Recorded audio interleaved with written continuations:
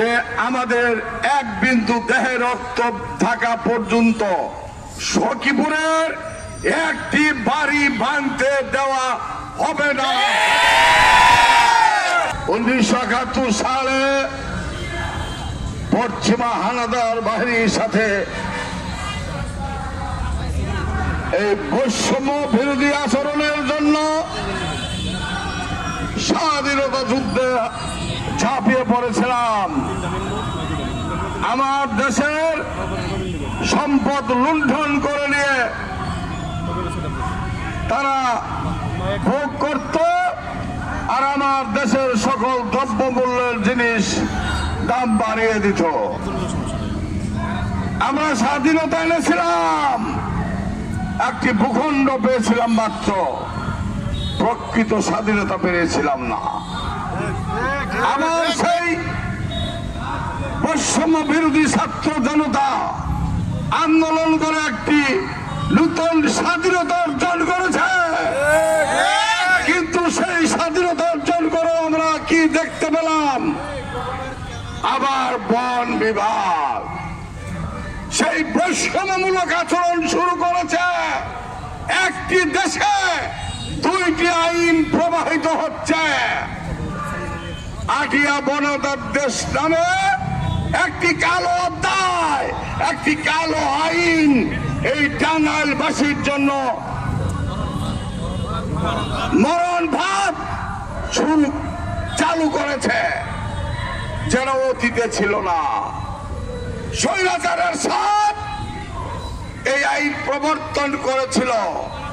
তার আগে দেশের মানুষ আমরা খাজনা খারিজ দলিল পত্র সব করতে পারতাম। এখন খাজনা নেয় না, খারিজ করণ যায় না, দলিল করণ যায় না। ফরেস্ট ডিপার্টমেন্টের আমরা রিফিউজি না উঠলি না রোহিঙ্গা, তার কোনো প্রমাণ নাই। আমরা প্রজা নাকি তারও কোনো হিসাব নাই। ওই যে রোহিঙ্গারা আছে, তাদের একটা আত্মমর্যাদা আছে, সরকার তাদের ভরণ পোষণ করে, আমাদের সেই মর্যাদাও নাই। এই স্বাধীন দেশে 10,000 যুবক বুকে রক্ত দিয়ে এই বৈষম্য বিরোধী ছাত্ররা দেশ স্বাধীন করেছে। গতকালকে আমরা কি জানতে পেরেছি?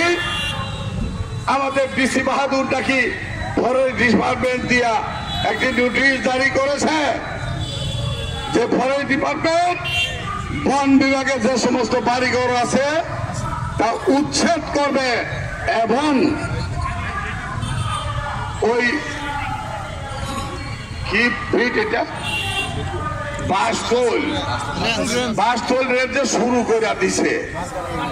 আজকে আমাদের বোয়ালিও শুরু করেছে। আমি বোয়ালির রেঞ্জ অফিসকে ফরেস্টারকে বলেছি, আপনি বন্ধ করুন, না হলে বন্ধ করার মতো ওষুধ আমার কাছে আছে। আমি বন্ধ করতে বাধ্য করেছি, বলেছি আমাকে 2 দিন সময় দেন, তা না হলে পরিণাম ভালো হবে না। তারা বন্ধ করেছে। আমি সারা সখীপুরের 10টি ইউনিয়নে বাংলাদেশ জাতীয়তাবাদী দলের সকল নেতৃবৃন্দ নিয়ে সারা সখীপুরে আমরা মিটিং আহ্বান করেছি, মিছিল করেছি, মিটিং করেছি, যে আমাদের এক বিন্দু দেহে রক্ত থাকা পর্যন্ত সখীপুরের একটি বাড়ি ভাঙতে দেওয়া হবে না। শহীদ জিয়ার একটি আদর্শের সৈনিক জীবিত থাকাকালীন পর্যন্ত এই সখীপুরের মাটিতে একটি বাড়ি ফরেস্ট ডিপার্টমেন্ট ভাঙতে পারবে না, পারবে না, পারবে না।